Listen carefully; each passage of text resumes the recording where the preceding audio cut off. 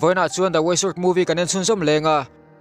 episode masa khan pui thiamin mewi thlagau le budonga thlagau achol hadam tir thu kan thlir ho towa tuna chuan ujinga meiche mangai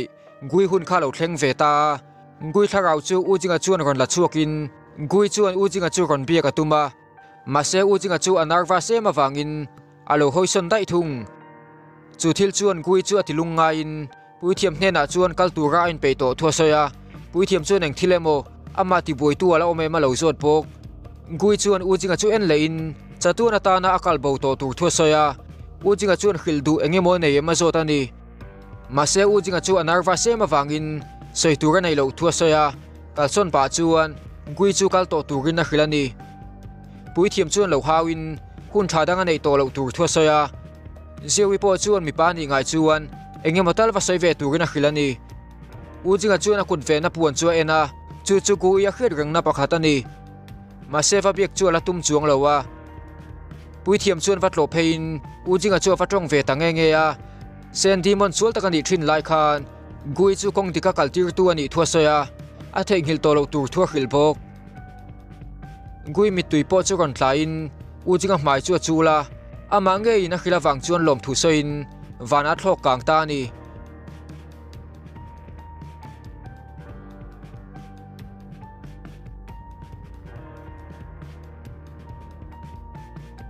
tuna chuan ukonga hunani veta akuta sui tharawaken chu chuatirin sui chuan hlim takin ukonga chu lo loma ukonga chu vapan hnain alo be se thin ange ya ukonga chu dignata na dingtlat ani to thu wa khilani alu khoi renga wang chuan ukonga chuan alo ninga sui chu lo nuin ukonga chu lo te to thu le ahma chuan khatiang khana khoi pha ngai lo thu se ani puithiam chuan sui chu poeti thu khila pathian te zinga mi ani thin laya underworld ta kumsa chuang huna mang chu khongai hleya achan chu underworld ta khan huna kal mun bi kem wang ani puithiam chuan akal main engemo soidua nei ma zota sui chuan lom thu khilin underworld ta thlaraw te puipo kha nuama ti thu se ani ukonga chu va bela in akal nu chuan chu khovela nun zongjong chu a theng hilvek to tur thu soya chu chu na mit tuya ron titlabok sui chuan ukonga chu loinan kol thaturina khila mase ukonga chu hoiletin kalto turina khilani sui chuan ukonga chu ahnung lama tanga va ko thutin amanga izia thuwa khila anpian non le huna anin ton le nge be sei thu soin vana chuna thlok kanga ar mulkha ukonga chu hnut chia bok ukonga gelgo chuna hleti bailangana khriat chuan vane matuma mase puithiam chuan lo dangin kalsan rianga i thua soya ukonga chu hun thol pe ka duani ukonga chuan sui ar mul chu lo enin amit tu lo tana sa hleya rilguna taka tra lai chuan me che pakha thiana ron ti buaya tinugim taka ukonga hoile chuan athil mu chuan a thong hleya puithiam le thian te po chuan makan lo ti in ron khoi tu chu buffalo king unau nu zio mei kha lo ni ukonga chuan soitur kha lo hleya zio mei chuan ukonga omna khre emma zotani ukonga chuan a khriat lo thu soin ka san vata tuma puithiam chu vazot vele in puithiam chuan ukonga chu an bula omri lo thu lo khilani mase zio mei chuan chu zong no pang chu ukonga nen anin an zia thu soya puithiam chuan chan mai ngai na khelo hle anua chu zong no pang ming chu uyun ziani thu soya azilai thagani thu le mon ki di mon ve tho ne wangin ukonga nen anin an deuh thu soya ni athu soi chuan zio mei chu ti hnual hleya ukonga zon mutum chuan akal le ta ni ukonga chuan thlir zuin ain thiam lo ve hle maya zio mei chu film khur tura khilin churam hnui chu hlawom thu soya ni mase zio mei chuan anmani chu inen kol thazok turin alo khila akal liam chu puithiam po chuan lo thlirin dota khila wang kha nai thiam lo hleya mase thu dika khila ni chuan admission chu buai pha the ani zio mei chuan ukonga chu a theng hilvat the be sei thu puithiam chuan a soya an kal le ta ni zana chuan bailanga khan magic ball chu mana lo tum leya a hnuwa chuan man thein a hlim hle ni puithiam po chuan makati in bailanga chu ain petak zet ti khe theya magic ball chu ama ai na ti chakle zulani ba chen alo mu chuan bailanga chu dam tha ti hle a u konga hne na chuan bailanga chu thingwa phom tir ve to turina khilani mase u konga chuan alo du lowa a then te chuan lo mu thilvel mai bi ka wangin ba che chuan a thi khle ni ziawi po chu tui taka lo mu in a ron tong vaya u chinga chuan lo hrein amu manga zuklut ve ni ziawi chuan a unau pa sawa kha lo muwa angai to ema wangin a unau pa mu chu hlim hle ni sawa chuan a thai ma lo zota ziawi chuan a that thu lo khilin puithiam le nauten an ven thu le an misona chuan an hlotlin ngei tur thua soi ani mase sawa chuan an misona chuan kal to lo turina khila a chan chu eternal fire ra chan le chuan atak sa chu bo hlen to don wangani mase ziawi chuan thil nung dang te tan ama chu in hlan alo tum to wangin a unau pa thu soi chu makati hleya a chan chu unau pa chuan thil nung dang zong hlimna in ziawi hlimna chu da poimo wangani mase ziawi chuan a ma mi chu a unau pa tak tak ani lo ti kha chu ka chu pa chu man lai pathian ma sa te zingami jailord kha lo ni ziawi chu avapan hnaya alo hlau thong hle ni mase voi le khata vai vuthian ziawi chu ron labo thuta u chinga chu namu mang chu lo kha thein ziawi chu ti haratu mani ziawi po chu ron har thutin a ron trevaka jailord chu ron chuak ta ani midang ho chu lo kal khomin an lo ring ve nga la u chinga chuan tunge ni lo khelowin u konga chuan manlai pathian ma sa te zingami ani thua soi ani jailord chuan ziawi chu alama tang turina soma ma se ziawi chuan alo du lo hle ni puithiam in alo mu chuan a thin rim hle a chan chu manlai pathian ma sa te zingami ram hoi ang maya tong wang ani puithiam chuan ava pe phei nga la ma se jailord chuan a ku zung tang pakhat chawin olsam takin alo paison the ani asiglai te ho in an lo mu chuan thinrim takin a ron pe ve a ma se malte te in jailord chuan alo hne zel ani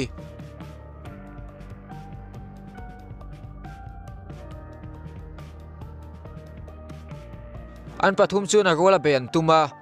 ma se jailord chuan a puar chak tak ron ti chuakin an vai chuan an thlok let lop ani jailord chuan ziawi chu avapana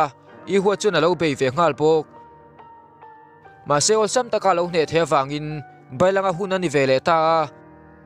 a dragon power mang chuan jailord chu lo dan atumani jailord chuan bailanga chu ngai ne playa ziawi veng him tu te ho chu demon nep tak tak an ni thua soi ani chu thu ziawi na lo hriat chuan a thian te chu arin zia thua soya a chan chu an be don ve ngai lo wang ani a thu soi chuan bailanga chu ti chak tharin a power zong in jailord chu lo dan atuma a on alo mu chuan alo mai big lowa a lightning power chuan ron be ve tumani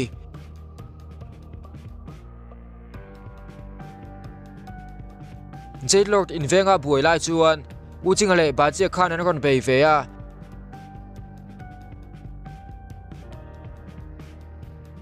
chutia buai lai chuan u konga chuan a tiang chu lo ti liana puithiam omna lama chuan na taka va hol phein puithiam po chu lo ni ring ve nga la dark soul be na kutum mang chuan na takin alo hnek chilta ni puithiam le thian te chuan jailord chuan hne thei ria van lama chuan thlok chhoin alo le tur thua soi ani ron tho chuak le hlomin puithiam chuan an phim khur zuala ngai hle thua soya jailord chu ala thi lo thu le tuai mo ber mu manga alagon in lar thei thua soi ani jailord chu alal thu thlenga lo han thu le towa eternal fire chu om tak tak tia khret chuan alom zual hleya puithiam le naute devil speta anoma wang chuan eternal fire chu olsam taka nei thei abe se ani puithiam chu ron lang le in mepalo en meka an kal chun som zel don chuan huit bon te khuan paltlang nge angai don ani sin ron in thlakin puithiam le thian te chu mountain demon te lakatrang an lo tlan chemeka pui thiam chuan man mo taka tlan tura khilin relo te nuwa huit bon te ram chu an thlen tur thwe se ni ma sen malama chuan Mountain Demon te chuan lo om vek towa chunglama tang pon an lo hual vek to ni thlan tur dang an nei to lo awangin pui thiam chuan beilen ve turin a khilta ni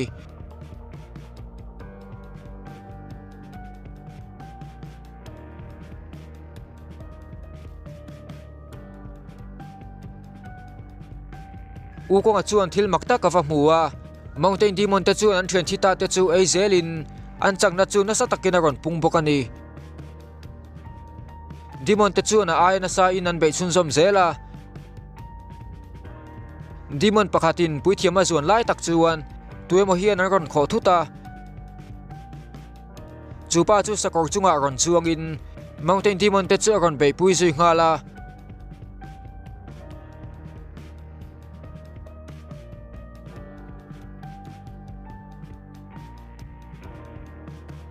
achak ema wang chuan Demon te po chuan an hlawa an tlan chiat san ta ni chupa chu huit bon pasal tha lo ni a an lal fanuin atira wanga ron kala lo ni pui thiam chuan lom thua lo khila kholam pan chuan an in zui ta ni bailanga chuan a kongvel chu makati hleya an kalna hmuna chuan chuma cha em wang ani pui thiam chuan huit bon Demon te chu hmuna chuan kumsang tam tak an chen to thua soya Immortal an ni baka Dark Soul Demon an ni bok chu wangin film khur turin na khilani bajia chuan chu hmun chu a hlawom hmel ati ema wangin kallo mai aduwa pui thiam po chuan an khom dan chu ala hriat bik lo thua se ani Huit Bon Kingdom a chuan an lut ta an be sei lo tak mai in a khua chu alo nom hmel hle a ami cheng te po chu an hlawom lo hrim hrim ani bajia chuan ei tur rawa buai pui ngala an lalfanu po chu ron langin alo loma zewi chuan mel tha lo ti hle ni pui thiam a hmu le wang chuan lalfanu chu lo hlim hle a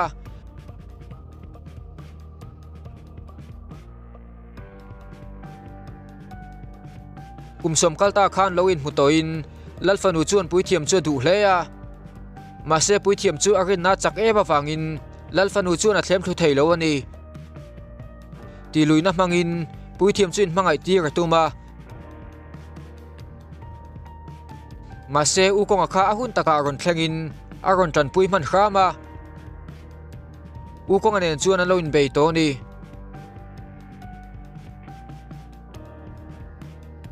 pui thiam chuan zirlai tam taka nei bel to ti lalfanu chuan a hmu theya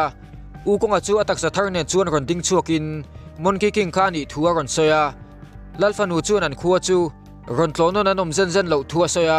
khua phang kwal tur chuan a som zui bok khomi te chuan chi bain lo buka lalfanu chuan ama veng tu pasal thane na chuan pui thiam khan thil tam taka zir tir to thu soin thataka lo don son chu an rul let na ni thua soya ni chuti lai chuan no pang pakhat hian bola ron tiluma bailangan lo char saka tum lai chuan ukong a khan a lo danga khomi pui te chu nelu tuk lo turin a lo khilani lalfanu chuan kho chunga ron lu tura som chan chu kum tam fak lo kalta khan man lai thu zik hlui than khata la khom wanga ni thua soya ma se chung thu zik te chu a hriat thiam lo wangin pui thiam chu chamri tur le thu zik chu khilfia turin na nge na ni ukong an lo hriat chuan an kalvat chu a than so ka rin thua soya ma se lalfanu khan polai taka dila wangin pui thiam chuan pui khama duan ni athu se hriat chuan lalfanu po chu hlim hleya an ria na tur chu ko hmu ta ni room chunga chuan an luta rei tak nuwa in chung an lu le voi khatna nia wangin nuam an ti hleya tukvera te chuan dakin aviu chu moi an ti hle ni bailanga chuan zewi chu wa chho puya soma ma se ujinga chuan lo dangin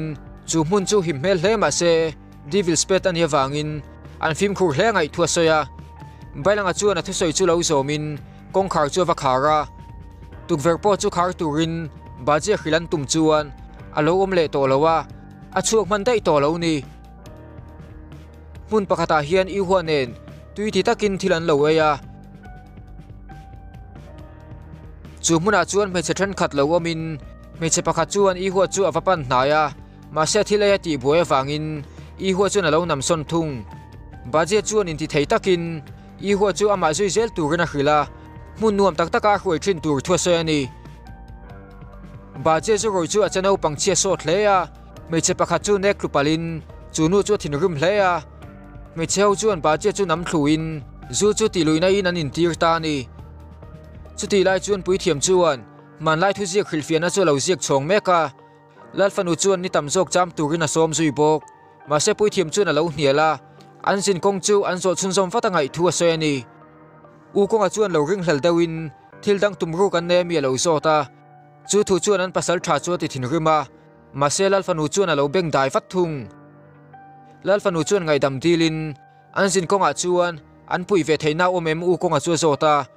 ma se u konga chuan huin bon ho chu ala ring thailo ani lalfanu te chuan mang tha in an chu san ta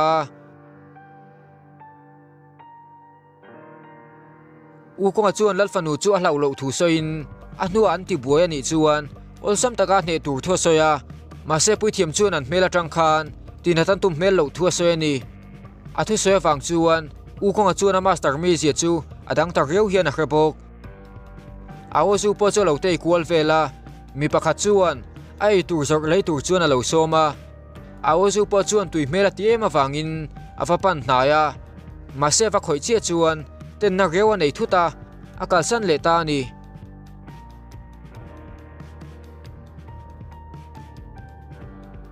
chuti lai chuan awo chu bol hian a ron pera a han hoile chuan mi panau pang hian in fiam pui a lo so mani ma se awo chuan a bol chu lo pet bo saka mi panau pang chu trap ta ni chuti lai chuan a bol pet bo chu na takin a ron thlok let leya in a ron deng chenghal bok no pang mel po chu muang changa ron in thlakin zombie a changa midang ho po chu ron changvekin awo chu man mota kina tan sia episode 26 chu top ta ni